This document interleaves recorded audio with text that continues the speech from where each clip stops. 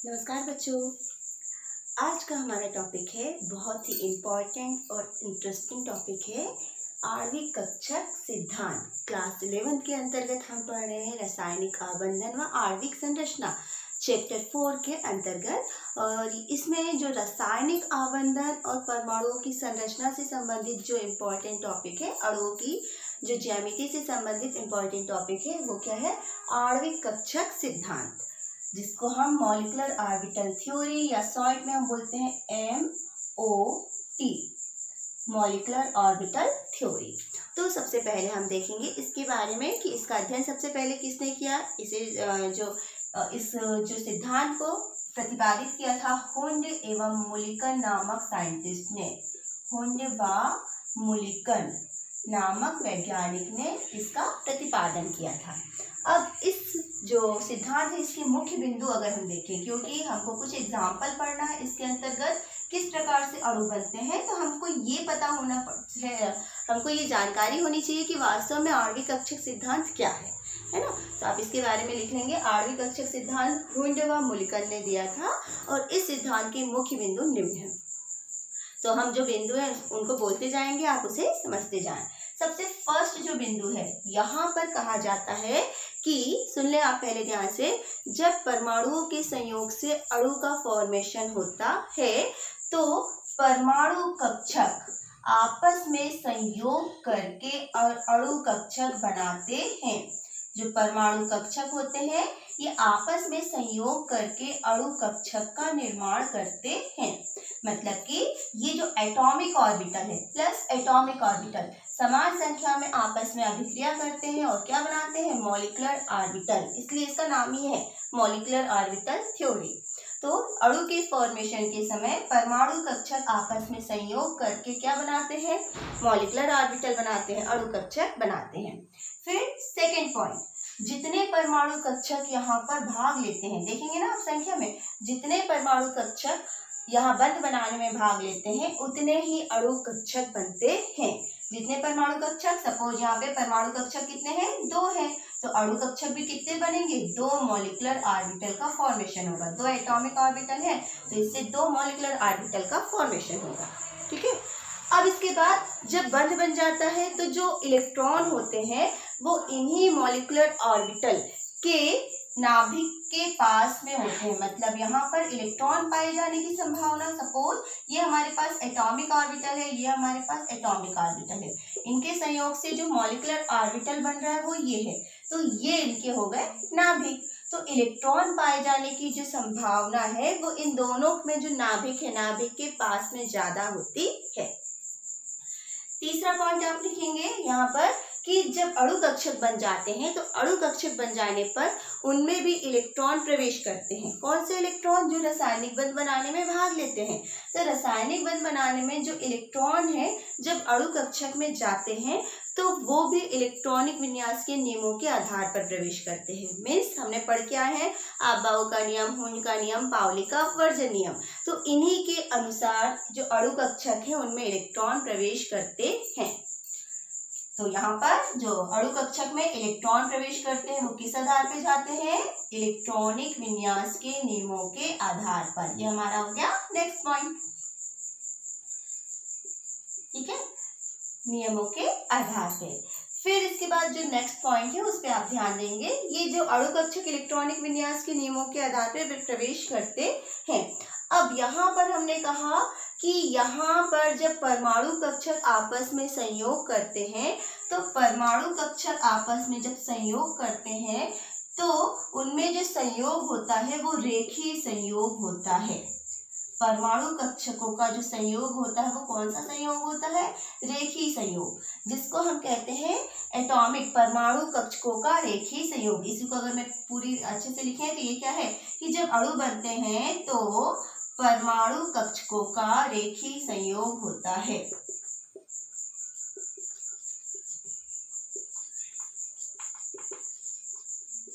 रेखीय संयोग होता है जिसको हम कहते हैं, शॉर्ट में पूछा जाता है LCAO। LCAO जिसका फुल फॉर्म क्या हो जाएगा? यहाँ पर देखें, linear combination of atomic orbital. ये पूछा जाता है ऑफ एटॉमिक ऑर्बिटल। तो यहाँ पर क्या है, अणु कक्षक बनाते समय परमाणु कक्षकों का रेखीय संयोग होता है जिसे हम LCO या linear combination of atomic orbital कहते हैं। अब जब रेखीय संयोग होता है तो यहाँ पर जो कक्षक होते हैं, परमाणु कक्षक होते हैं, उनके बीच में या तो आकर्षण होता है या तो प्रतिकर्षण होता है। नोट कर लिया आपने ये पॉइंट। तो जब linear combination of atomic orbital होता है तो यहाँ पर जब परमाणु कक्षकों का रेखीय संयोग होता है तो हमको दो प्रकार के कक्षक मिलते हैं। दो प्रकार के कक्षक मिलते हैं। यहाँ पर LCAO को हम समझ रहे हैं, linear combination of atomic orbital. तो यहाँ पर कहा जाता है कि जब एटॉमिक ऑर्बिटल का संयोग होता है तो जितने, अभी तक हमने क्या कहा कि जितने एटॉमिक ऑर्बिटल संयोग करते हैं उतने ही क्या बनते हैं, मॉलिक्यूलर ऑर्बिटल।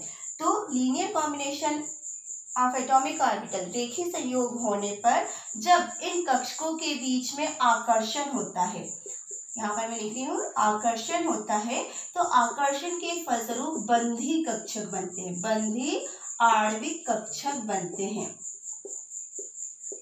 और जब इनके बीच में प्रतिकर्षण होता है तो प्रतिकर्षण के फलस्वरूप प्रतिबंधी आणविक कक्षक बनते हैं, प्रतिबंधी आणविक कक्षक बनते हैं।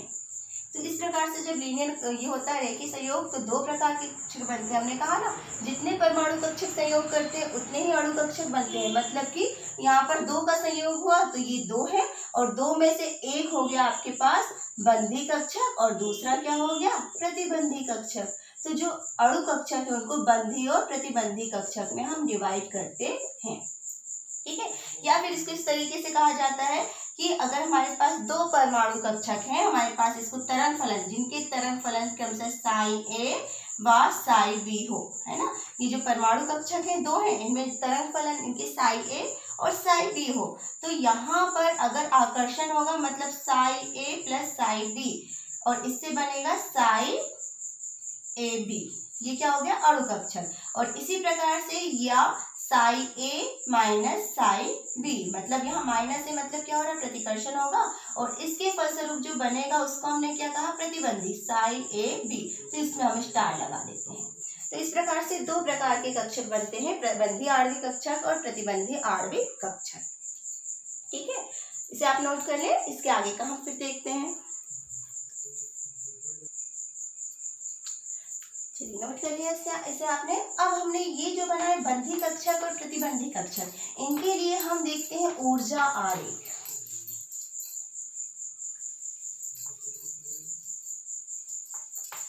इसी के लिए हम क्या देखेंगे आगे, ऊर्जा आरेख। ऊर्जा आरेख बनाने के लिए हम क्या करते हैं, यहाँ पर हमने कहा कि जो जितने एटॉमिक ऑर्बिटल पार्टिसिपेट करते हैं, सपोज हमारे पास है यहाँ पर ये है एटॉमिक ऑर्बिटल और यहाँ पर ये है एटॉमिक ऑर्बिटल दूसरा, ये जब आपस में संयोग करते हैं तो इसके तरंग फलन को अभी हमने किससे दर्शाया था, साई ए, और ये हो गया साई बी। अब जब ये संयोग करते हैं तो संयोग करने पे दो मॉलिक्यूलर ऑर्बिटल बनते हैं, जो एक हमने यहाँ लिखा है और एक हमने यहाँ लिखा है। क्यों लिखा है वो अभी हम बताते हैं आपको। ये हो गए मॉलिक्यूलर ऑर्बिटल और इनके हम तरंग फलन कैसे दर्शाते हैं, ये हो गया साई ए बी और ये हो गया psi A B star, psi star A B.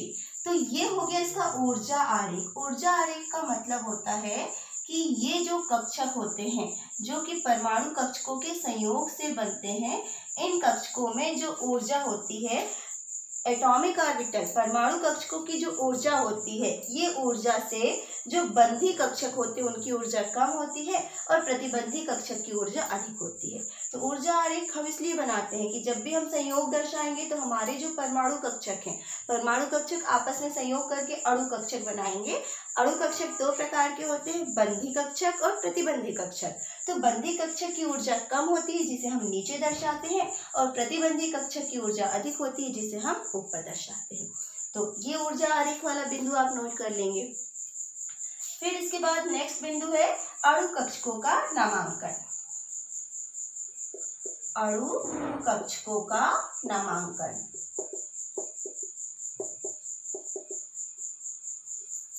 नामांकन में हम ये बताते हैं कि जैसे अभी तक हम क्या पढ़ के आए हैं, परमाणु कक्षक।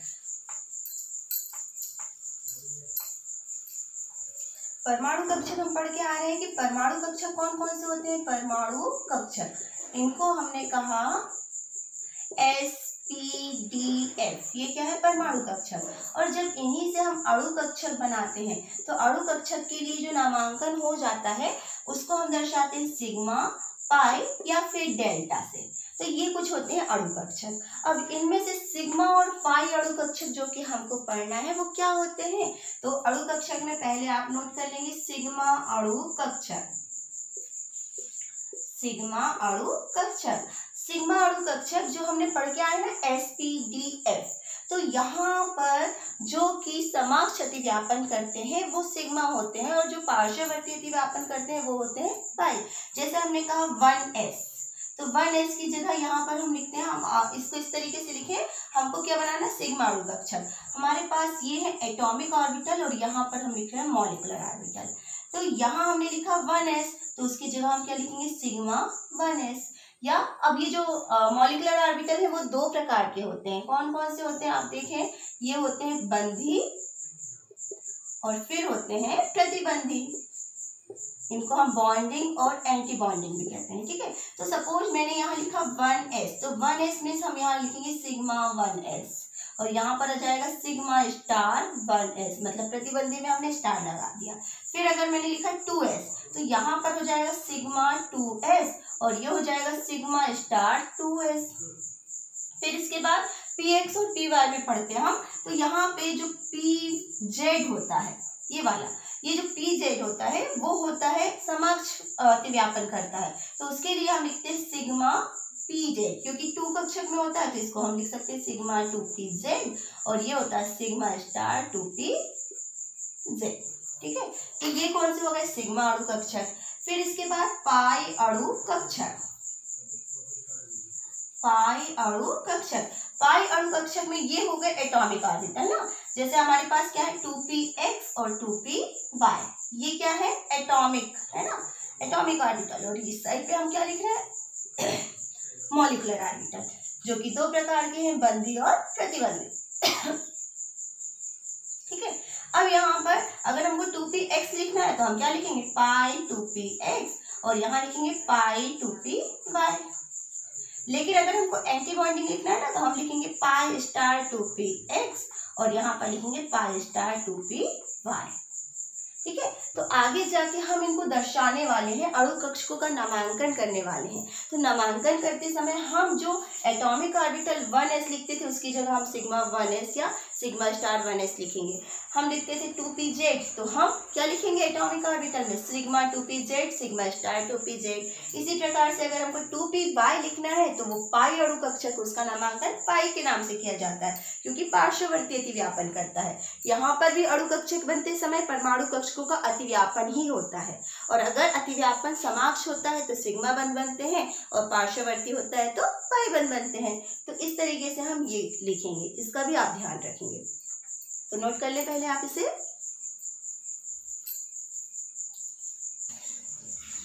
नोट किया आपने। फिर बिंदु हमारे पास क्या था, अणु कक्षकों का नामांकन। अब ये जो आणविक कक्षक सिद्धांत है इसके द्वारा हम आबंध कोटि का मान निकाल सकते हैं।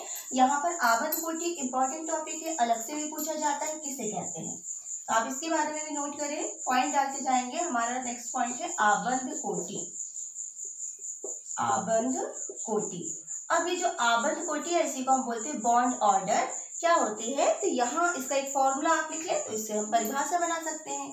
हमारे पास फॉर्मूला है आबंध कोटि जिसको हम बोलते हैं bond order, BO is equal to, ये हो जाता है NB minus NA divided by 2।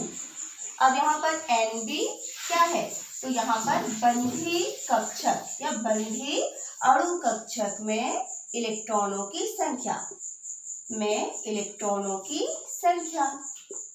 और दूसरा हमारे पास क्या है, Na, तो Na है यहाँ पर प्रतिबंधी, A मीन्स एंटी बॉन्डिंग, तो ये हो जाता है प्रतिबंधी आणविक कक्षक में या अणु कक्षक में इलेक्ट्रॉनों की संख्या, अणु कक्षक में इलेक्ट्रॉनों की संख्या।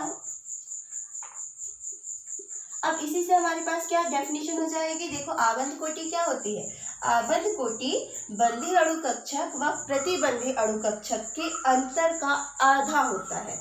आबंध कोटि बंधी अणु कक्षक व प्रतिबंधी अणु कक्षक के अंतर का आधा होता है या अर्ध अंतर के बराबर होता है।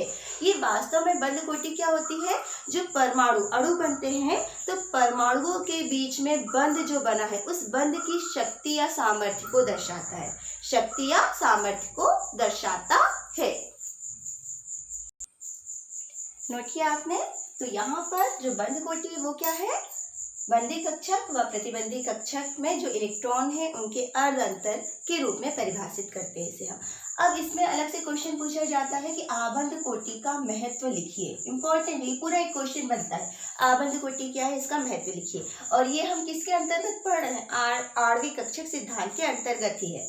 तो यहाँ पर महत्व होता है कि इसका जो मान है ना, फर्स्ट की आबंध कोटि का मान बताता है किसी अणु में परमाणु के बीच में कितने सहसंयोजक बंध होते हैं। ठीक है, हमको पता है सहसंयोजक बंध एकल हो सकता है, द्वि हो सकता है, त्रि हो सकता है, मतलब परमाणुओं के बीच में एक भी हो सकता है बंध, दो, तीन हो सकते हैं। तो जितना मान होता है, अगर आबंध कोटि का मान एक है मतलब कि एक सहसंयोजक बंध होगा, दो है मतलब परमाणुओं के बीच में दो सहसंयोजक बंध होंगे। तो आबंध कोटि का जो मान है वो बताता है कि किसी परमाणु के बीच में सहसंयोजक बंध की संख्या कितनी है। पहला तो ये पॉइंट नोट कर लें आप। दूसरा पॉइंट, अगर इसका मान पूर्णांक है, अगर इसका मान पूर्णांक है मतलब कि जो अणु है वो अस्तित्व या प्रकृति में पाया जाता है,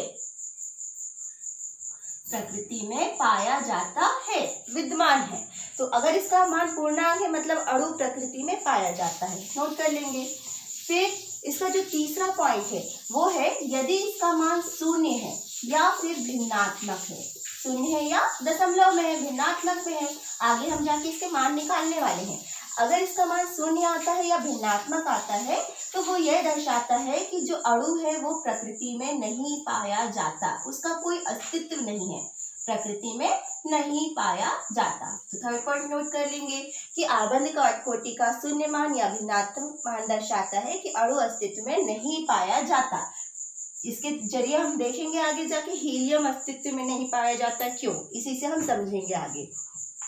फोर्थ पॉइंट यहाँ पर है कि यदि इसके द्वारा हम चुंबकीय गुणों की व्याख्या कर सकते हैं। चुंबकीय गुण की व्याख्या कैसे करते हैं, यहाँ पर कहा जाता है यदि आबंध कोटि का मान भिन्नात्मक है, इसका मतलब होता है कि अणु अनुचुंबकीय होगा, अनुचुंबकीय होगा। क्या, कब, यदि आबंध कोटि का मान भिन्नात्मक है तो अणु कैसा होगा, अनुचुंबकीय होगा। या फिर जो बंधी कक्षक होते हैं ना, उसमें जो बंधी या प्रतिबंधी कक्षक होते हैं उनमें अयुग्मित इलेक्ट्रॉन होते हैं, तो अणु कैसे होते हैं, अनुचुंबकीय होते हैं।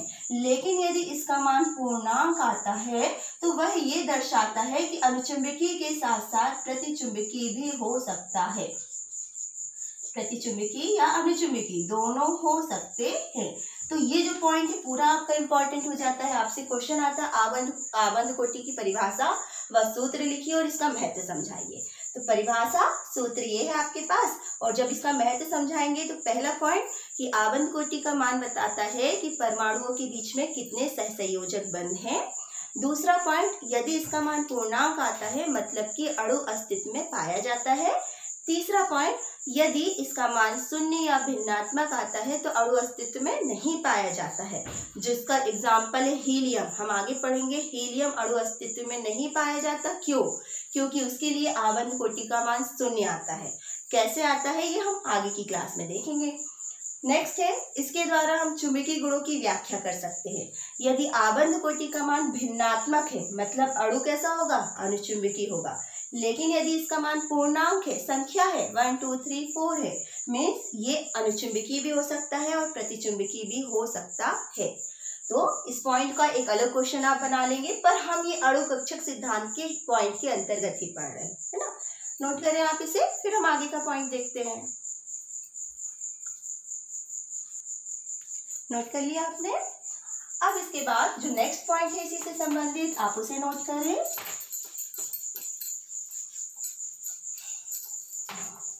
नेक्स्ट पॉइंट आप डाल लेंगे इसी के अंतर्गत अणु कक्षकों में इलेक्ट्रॉनों के भरने का क्रम। अणु कक्षकों में इलेक्ट्रॉनों के भरने का क्रम।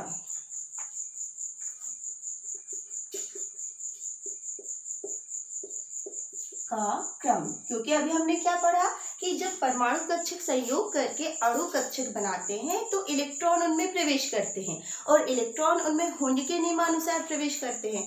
मतलब कि हमको ये बताना है कि किस कक्षक हुंड के नियमानुसार इलेक्ट्रॉनिक विन्यास के नियमों के आधार पर प्रवेश करते हैं। मीन्स हुंड का नियम है, आप-बाऊ का नियम है।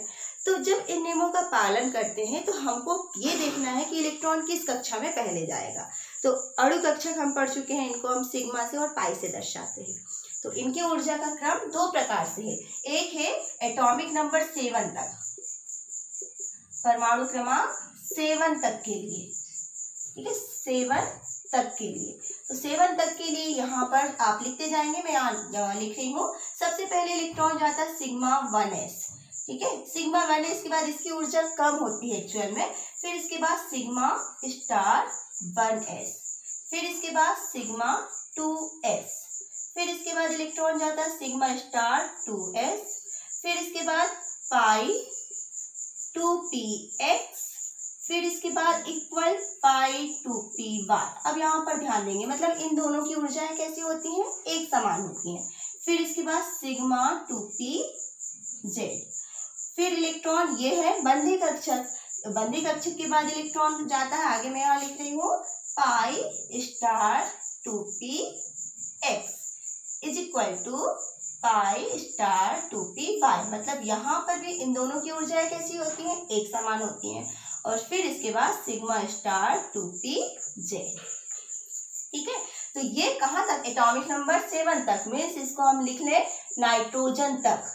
नाइट्रोजन तक जब हम इलेक्ट्रॉन भरेंगे ना तो वो इस क्रम में भरेंगे, मतलब इलेक्ट्रॉन पहले इस क्रम में जाते हैं। अब 7 से अधिक, 7 से अधिक के लिए, 7 से अधिक के लिए मीन्स 7 के बाद क्या आता है, ऑक्सीजन। ऑक्सीजन के बाद के लिए यहाँ पर लिख सकते हो आप, क्योंकि ऑक्सीजन तो हमको पढ़ना ही है। ऑक्सीजन के बाद, ऑक्सीजन अणु के बाद, है ना।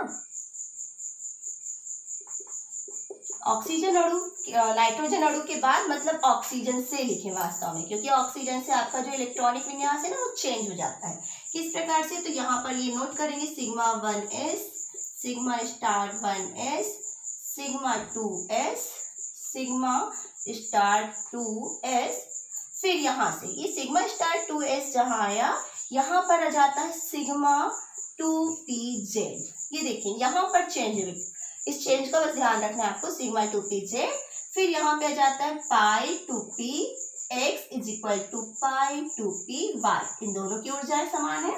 इसके आगे जब इलेक्ट्रॉन जाता है तो वो कहाँ जाता है, सेम है, यहाँ पर कोई चेंज नहीं है। Pi star 2px is equal to pi star 2py, और फिर यहाँ पे सिग्मा स्टार 2pz। तो ये अणु कक्षकों में इलेक्ट्रॉनों के भरने का क्रम हुआ। मतलब जब हम परमाणु कक्षक के संयोग से अणु कक्षक बनाते हैं तो उनमें जो इलेक्ट्रॉन प्रवेश करते हैं वो इस तरीके से जाएंगे। मतलब सिग्मा 1s की ऊर्जा सबसे कम होती है और सिग्मा स्टार 2pz की ऊर्जा सबसे अधिक होती है। और जो चेंजेस है, नाइट्रोजन तक का जो इलेक्ट्रॉनिक विन्यास है यहाँ पर जाके थोड़ा सा चेंज होता है, वो आपको ध्यान रखना है, क्योंकि हमको नाइट्रोजन का भी पढ़ना है और ऑक्सीजन का भी पढ़ना है। दोनों का हम पढ़ेंगे, इसलिए दोनों का आपको ध्यान रखना है। तो नोट कर लें, इस पॉइंट को भी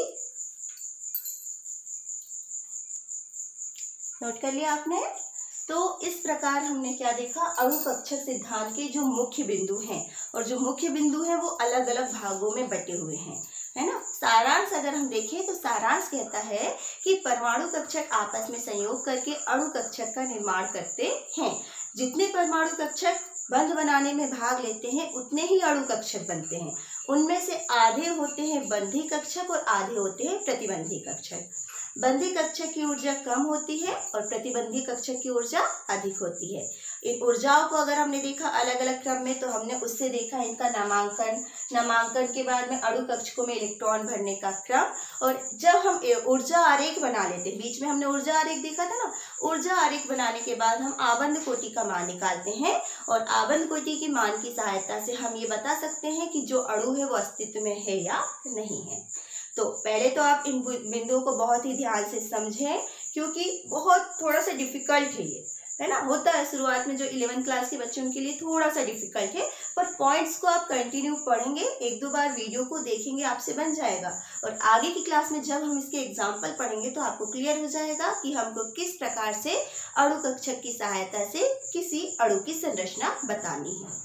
ठीक है, तो आप वीडियो को देखें, ध्यान से समझें और नोट करें। Thank you.